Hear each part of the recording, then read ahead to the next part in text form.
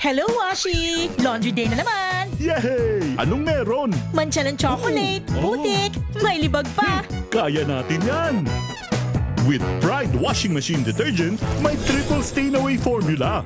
Tanggal ang makapit, madikit, at malupit na dumit mancha. Kaya easy-easy ang labada. Mula noon hanggang ngayon! All you need is pride. All you need is pride. ACS. May nagbago. May arte. May budget.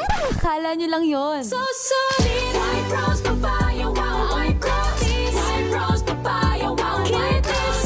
White rose papaya. May glow up with a white rose papaya. White Rose Papaya. May puti power times 2 kasi may papaya at niacinamide. May shea butter and tea tree oil pa. Kutis sulit ang glow May up. glow up with a white rose papaya. White Rose Papaya. Kutis sulit ang glow up. ACS. Amoy forever. Amoy LQ. Amoy New Cala Berry Blooms. Amoy Cala, amoy good vibes.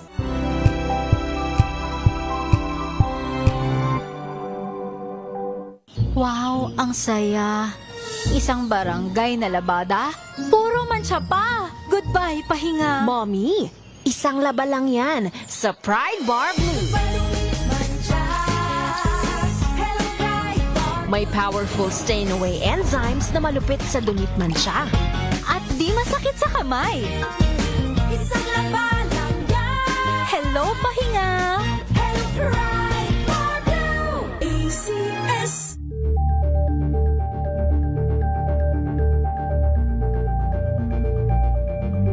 Maulan man, no worries na amoy kulog ang damit. Charm, Fabcon, bangong kumakabloom.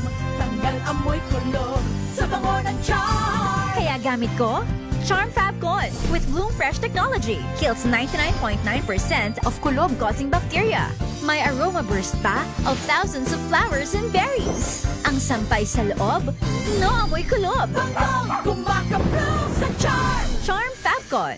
ACS.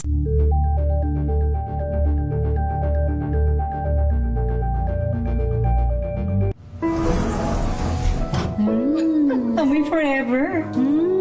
Amoy LQ. Amoy New Cala Berry Blooms. Amoy Cala, amoy good vibes.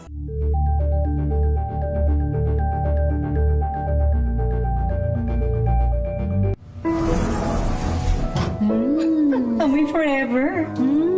Amoy LQ. Amoy New Cala Berry Blooms. Amoy Cala, amoy good vibes.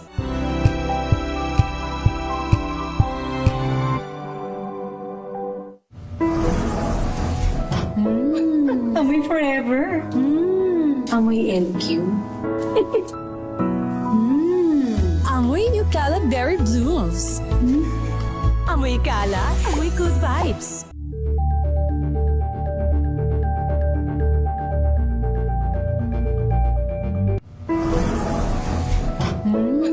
Amoy forever.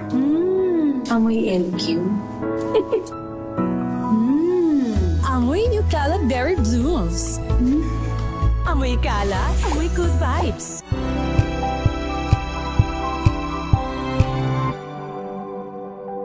Tambalang Anthony Taberna at Jerry Baha ang gigising sa inyong umaga dahil lalatay ang humahagupit na diskusyon at komentaryo Lunes hanggang Biyernes sa 2x2.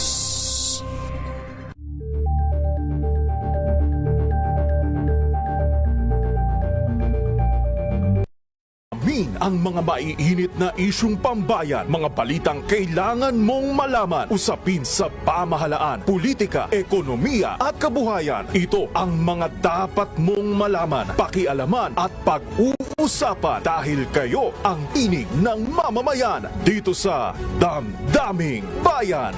Live sa DZRH Radio, DZRH TV at DZRH Digital. Kasama sinalakay Deo Maca Kalma at Elaine Apit. Araw-araw, Lunes hanggang Biyernes. Damdaming Bayan.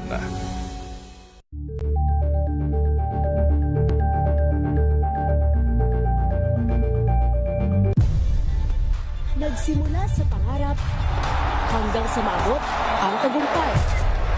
Iba't ibang kwento, iba't ibang mukha ng atletang Pilipino. Mas pinatindi, mas pinalakas, at mas pinaaksyon sa Match Point tuwing Sabado, 12 ng tanghali sa DZRH TV. NBC Milliones, NBC Milliones. Pakikinggan ang bawat panig.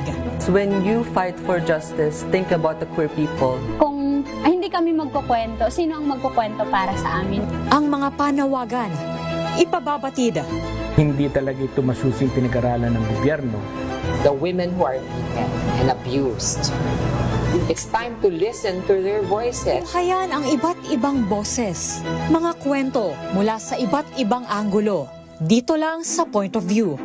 Mapapanood tuwing linggo, alas 12 ng tanghali sa DZRH TV.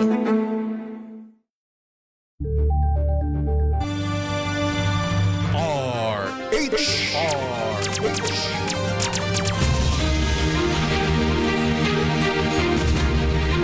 10:39 ng umaga. Alamin na natin ang alam ko may palugaw daw dyan sa may Addition Hills, Mandaluyong, at nariyan nga ang ating Wonder Woman na si Miss May Binauhan. Miss May, good morning! Isang mainit na magandang umaga. Grabing init. Ibang klase yung init nating nararanasan, Miss Jackie, ano? Lalong-lalo na alam niyo naman ang nangyari dito sa ating mga kababayan. Sila ay mga biktima ng sunog. At actually, 2 sunog itong kinater natin, Jackie, na mga naging biktima.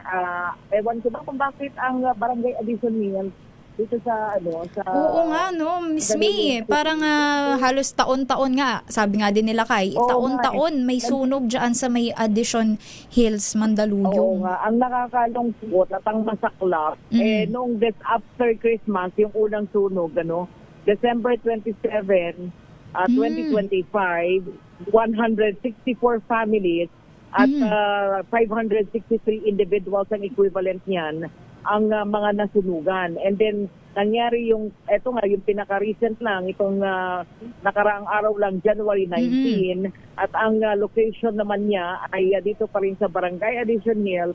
At tayo po ay nalulungkot dahil nga sabi nga natin dito sa Mandaluyong, ito yung populated na barangay. Sila yung may pinakamalaking populasyon sa kabuuan ng siyudad ng Mandaluyong, Jackie. Kaya nalulungkot tayo dahil sabi nga natin. But anyway, sabi nga natin yung mga kababayan natin, talaga namang bilit bumabangon doon sa kanilang mga sinapit. Unang-una yung pagkatapos ng Christmas, diba nakakalungkot yun katatapos lang ng pagsasaya. Oo, celebration. Tapos ito. Celebration ng Christmas. Tapos ito naman, pagpasok din ng bagong taon. Di ba? January, katatapos lang ng pagsalubong ng New Year. So, 2 masaklap na insidente na, of course, yung ating mga kababayan naman, alam mo naman ng mga Pilipino, sa mga ganitong sitwasyon, talagang pinilit na bumabangon, Jackie.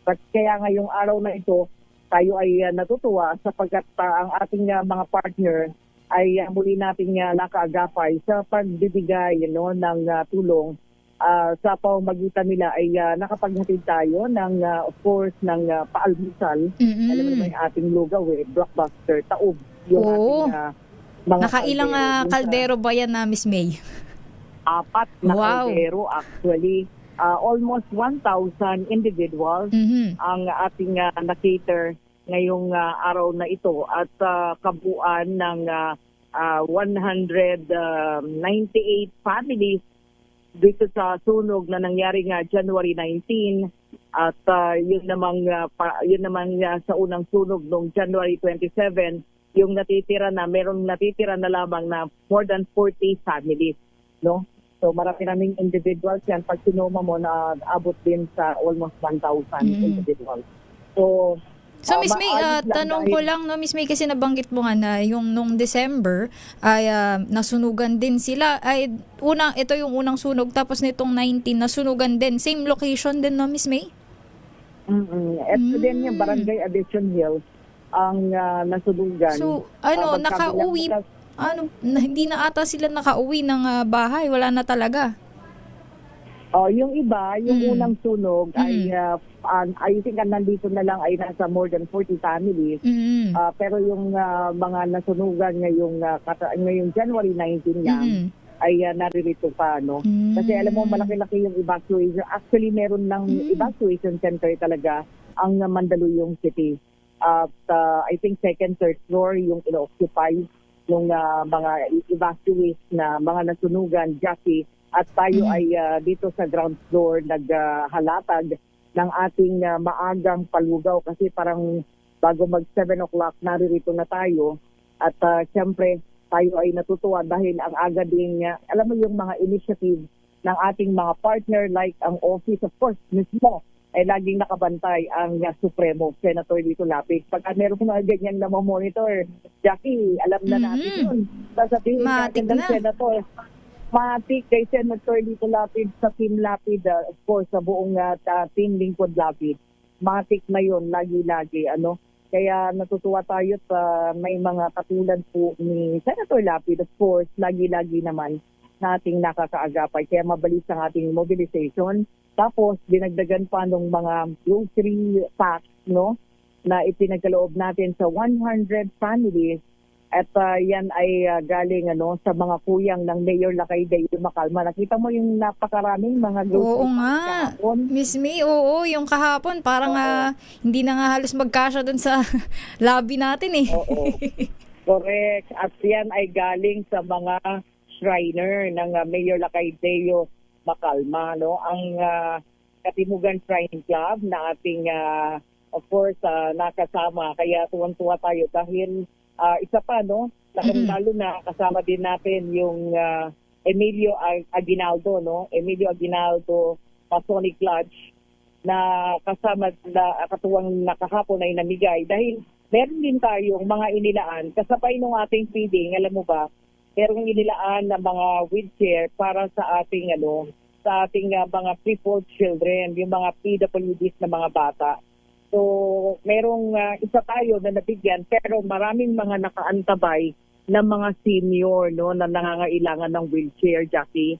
Kaya babalikan natin ang Barangay Addition Hills dahil kanina merong nakaalat dapat na 6 na wheelchair pero it turned out na 6 na mga senior. So, senior yung nangangailangan. Tapos meron tayong nabigyan na isang bata. Alam mo, nakatuwa yung bata? English speaking. Grabe. Ang cute-cute nga Miss May. Nakikita ko yung video. Ito, pinapakita ng RHTV. Ang liit, ang yumakap pa sa inyo.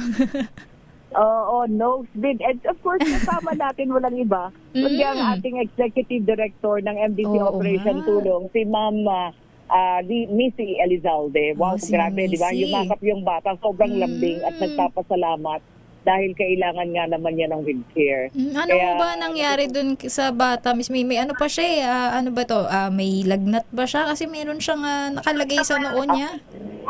Actually bata pa siya ngayon. Yung detalye niyan mamaya, ikukwento sa iyo yan ni Eiza. So si Eiza ang magkukwento dahil siya yung nakausap nung mother. Pero kanina yung bata, kinuwentuhan lang kami, nagkwento-kwento lang kami. Kasi masayahin eh. Oo nga, alam mo yun, yung batang parang walang sakit. Kaya lang kanina, medyo medyo may flu, a little flu, yung bata. Sabi niya, I am sick. Sabi niya. Kaya, tapos ang pagyakap. Nakaka-nosebleed nga, Miss May. Oo, nosebleed ang lola. Oo. Pero nakakatuwa dahil kaya na yung mga Shriner, of course, Mayor Lakay Dayo Macalma, boss, maraming salamat sa iyong team. Kaya ina-acknowledge natin yung kanilang advocacy din talaga, no? At in partnership sa DCRH Operation Tulong, parang alam mo yun, iisa na yung masun eh. Dahil nandyan ang ating bridge, ang Mayor Lakay Dayo Macalma at ang Operation Tulong pagdating sa tulungan, di ba? Mapapasyente man yan, mapa-PWDs, mapalolo't lola, di ba? Lahat na. natutuwa tayo at nandyan sila. So marami tayong mga ipamamahagi na wheelchair bilang mobility project. Isinabay lang natin kanina dahil nga naalala natin na ang Shriners, no, ang Katimugan Shrine Club at ang Emilio Aguinaldo Masonic Lodge ay talagang mga bata, mga crippled children actually ang kanilang ang kanilang pangunahing tinutulungan, Jackie. Kaya isinama na natin, tamang-tama, merong nangailangan ng wheelchair. But then, babalikan natin itong Barangay Addition Hills dahil meron nang nakapila na 6 na mga senior citizen na nangangailangan ng wheelchair, Jackie. So, natutuwa tayo, hindi lang nakapagkain tayo, nakapagpaalmusal, nakapagbigay ng mga grocery packs na as relief packs, nakakailanganin ng ating mga kababayan na baka magtatagal pa sa mga evacuation center bago makabalik dun sa kanilang mga nasunog na bahay.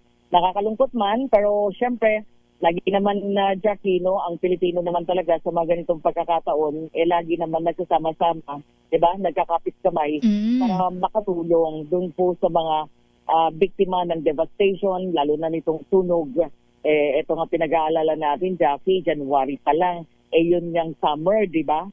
Pagpasok ng summer, pero mga nangyayaring sunog. How much more pagdating ng Marso. Oo. Kaya nga, di ba, kabila yung kampanya na pinangungunahan ng Bureau of Fire Protection, paalala, awareness, education, di ba? Maging tayo sa ating mga programa, sa public service programs natin like DZIH Operation Tulong, Public Service Hour, hindi tayo napapagod na maging makulit sa pagpapaalala na mag-ingat. Oo. Kasi di ba mga kwentong mga kwentong walang ilaw, kandila, di ba yung mga ganun ng laging kwento di ba? Yung naiwang kandila. Oo, na pinagsisimulan at yun na, maraming naapektuhan. So, tayo ay muli magpasalamat. Of course, sa Barangay Addition Hills, ayan, sa Mandaluyong City, yung kanilang, of course, ang City Social Welfare na umagapay sa ating kanina, ang babait nila. At yung Chief of Staff ni Kapitan Carlito Sernal, si Ma'am Carmi, yan, maraming salamat at talagang inalalayan tayo.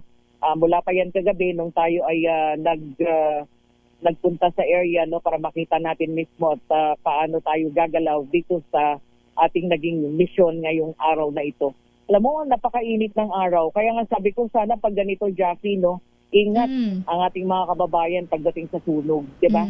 Kasi sabi ko nga, January pa lang pagka ganitong hindi uulan, napakainit ng araw, and then of course, syempre pagka halimbawa congested ang area, di ba? Lalong-lalo na yung ating mga kababayan sa mga tinatawag natin na yung mga informal settler natin, napakahirap di ba? Yung lalong-lalo na kapag walang mga kuryente, light materials pa ang kanilang kabahayan. Oo, kaya dapat talagang every now and then dapat nagle-level up yung kampanya di ba? Ng pamahalaan at yung sabi ko kahit na maging makulit tayo, basta mapaalalahanan natin yung mga kababayan natin. Yun lang naman talaga ang mahalaga, Jackie. So again, tayo ay nagkapasalamat of course sa ating team Operation Tulong, ating palugaw team na magdamag tayo ay nagluto ng lugaw para nang sa ganun ay maihatid natin dito sa ating mga kababayan biktima po ng malaking sunog sa pangalawang pagkakataon, magkasunod na buwan, December and then January, dito sa Barangay Addition Hills sa Mandaluyong City. So mamaya yung mga sidelights ay ikukwento sa iyo, Jackie, ni Aiza.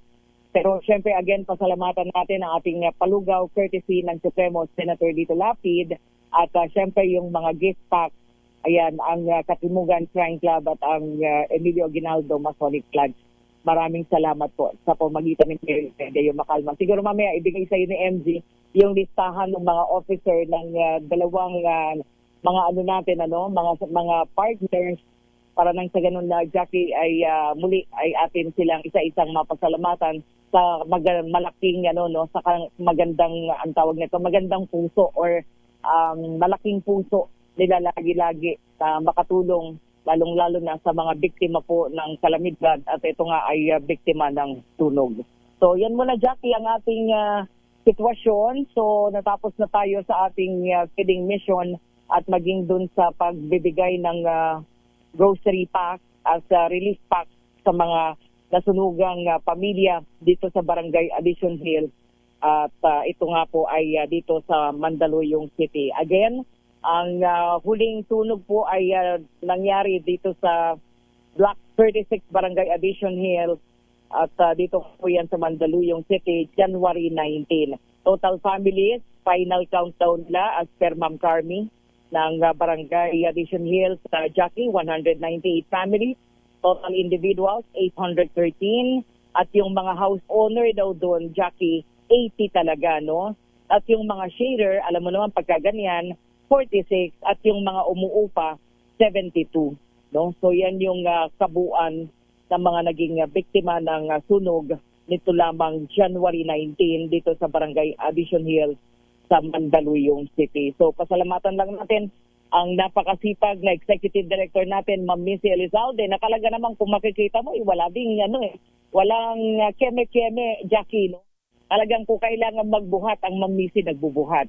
Kaya tayo ay nagpapasalamat sa kanya, hindi lamang ang ating team Palugaw at yung iba nating mga member galing pa sa ibang team operation tulong na nakiisa dito sa ating another mission na maagang makapagpaalmusal sa mga kababayan nating nasunugan. So sa pangalan na Jackie na ating buong pwersa ng operation tulong, ating mga piloto, si Mike Lumaban, mga walang tulog, and of course si Utoy Ibrahim. Ayan, maraming salamat. Ako naman may binauhan, una sa Pilipinas, una sa Pilipino. Maraming salamat, Miss May Binauhan. Magbabalik po ang DZRH Operation Tulong ang ating oras, 10:54 ng umaga. MX3. We've got you covered. From the hottest hits, exclusive interviews, kilig to the bones fan meet experience, and hataw performances of your favorite stars. Saturdays, 12 noon, dito lang sa DZRH TV.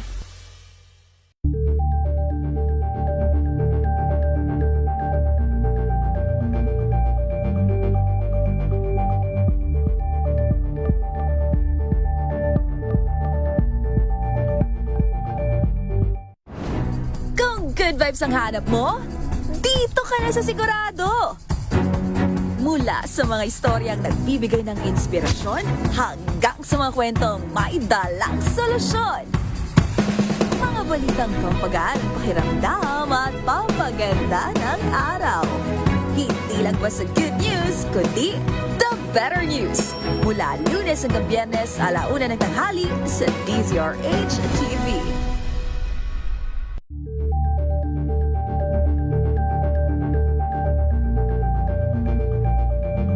Maagang balitaan, maagang usapan sa mga issue at balita. Kasama si Kuya Angelo Palmones sa Magandang Umaga Pilipinas. Mula Lunes hanggang Biyernes.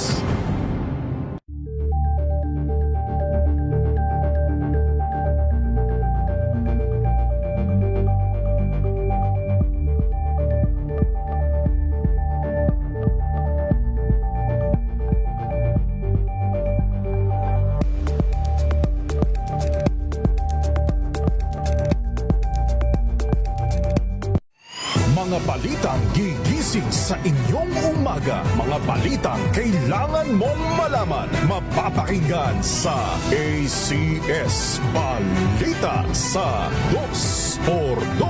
Kasama sina Anthony Taberna at Jerry Baha. Lunes hanggang Biyernes.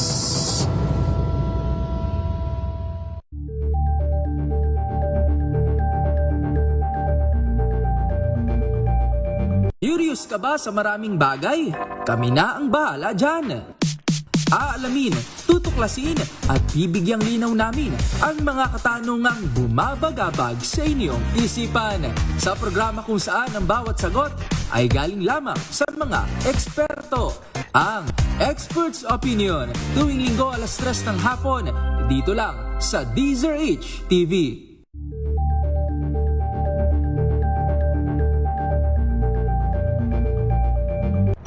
Tambalang Anthony Taberna at Jerry Baha ang gigising sa inyong umaga dahil lalatay ang humahagupit na diskusyon at komentaryo Lunes hanggang Biyernes sa 2x2.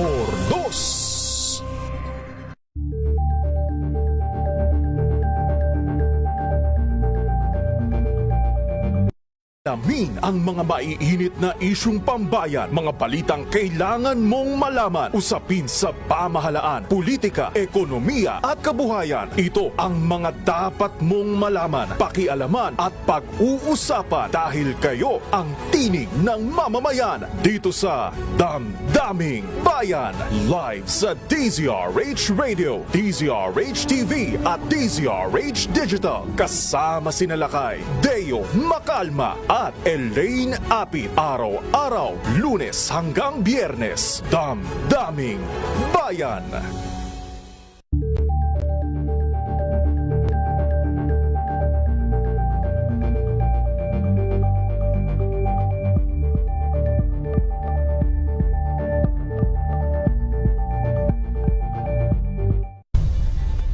Nagsimula sa pangarap hanggang sa maabot ang tagumpay. Iba't ibang kwento, iba't ibang mukha ng atletang Pilipino. Mas pinatindi, mas pinalakas, at mas pinaaksyon sa Match Point tuwing Sabado, 12:30 ng tanghali sa DZRH TV.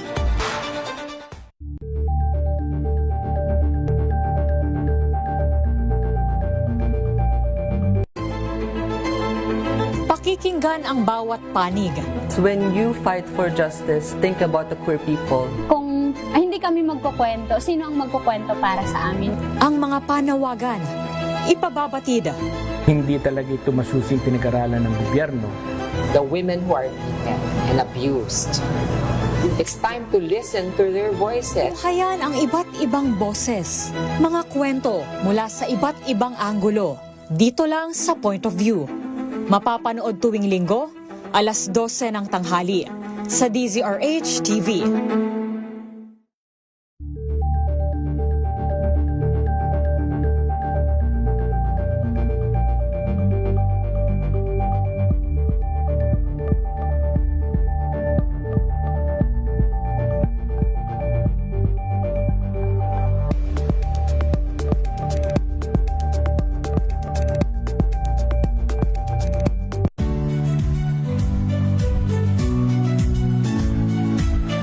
Magandang araw mga kaibigan.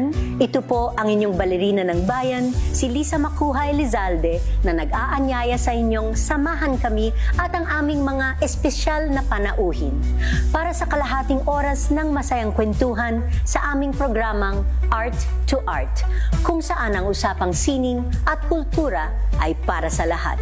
Huwag kaliligtaan, tuwing Linggo, alas 3:30 ng hapon, dito lamang sa DZRH Radio, DZRH TV, at via online streaming.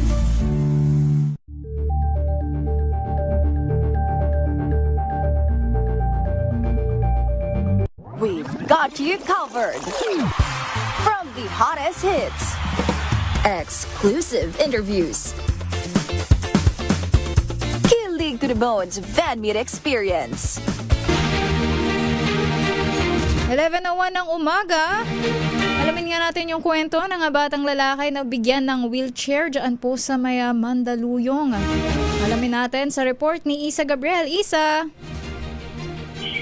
Yes, kasama Jackie, no, tama ka dyan. Bagamat medyo nakakalungkot, no, yung kinahinatnan nga na sitwasyon ng mga kababayan natin dyan sa Barangay Addition Hills sa Mandaluyong City ay kahit pa paano, no, katulad nga ng nabanggit ni Miss May kanina ay kumbaga napawi ng kaunti, no, yung hirap na kanilang dinaranas dahil na rin, no, sa tulong na ibinigay ng ating mga partners, sa tulong na rin ng ating Lakay Deo Makalma, ang Katipunan Shrine Club at ang Emilio Aguinaldo Masonic Lodge number 31, kung saan nakapagpamahagi tayo ng 100 grocery package, no, para sa ating mga kababayan doon na nasunugan, at kasabi nga rin nito ay nakapagpamahagi din tayo, no, ng isang wheelchair, at ang ating recipient doon ay si Carlisel Concepcion, no, kung sa kung ngayon po naka-flash ba sa ating screen, no, yung larawan ni Carlisle. Si Carlisle po ay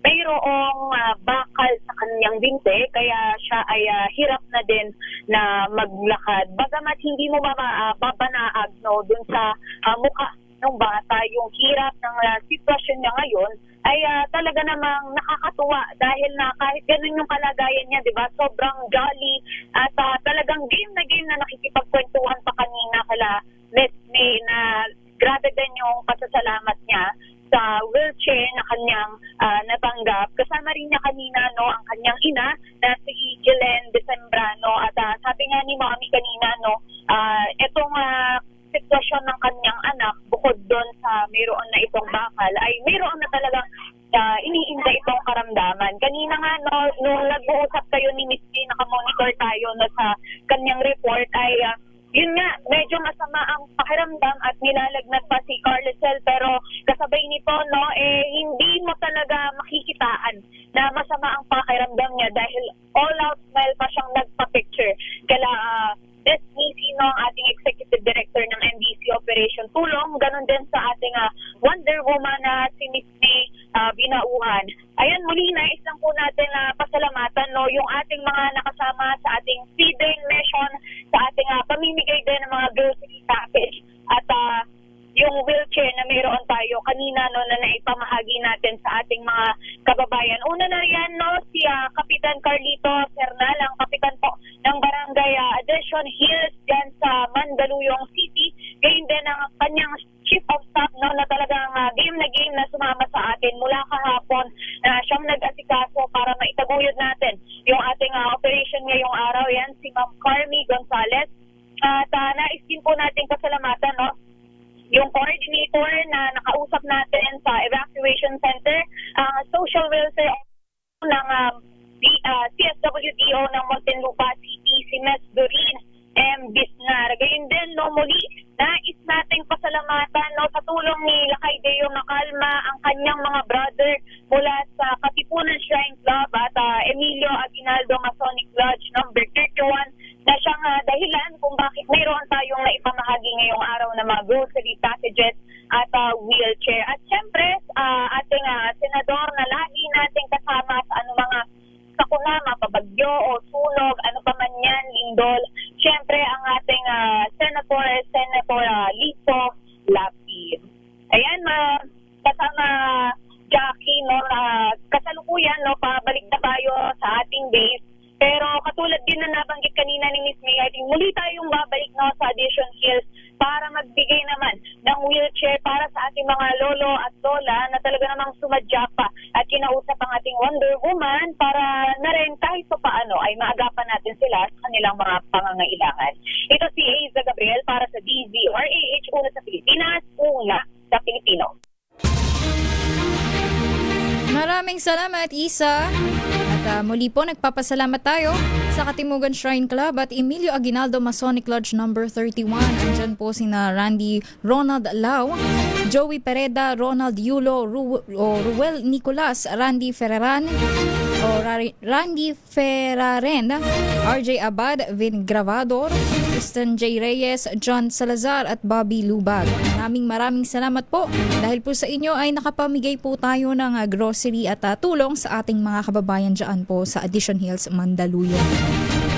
Bago po magtapos ang Operation Tulong, happy birthday ulit kay Sister L. Miss Elaine Apit at kay Mary Jean Valencia.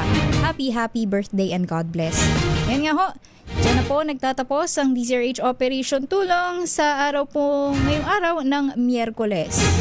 Maraming salamat po sa lahat ng mga tumutok at sa ating mga nakatuwang dito sa ating DZRH. Kay Ate MG, maraming salamat. At kay Jeric. Ayan. Ingat po, stay safe. Ating pong oras, 11:07 ng umaga. RH number.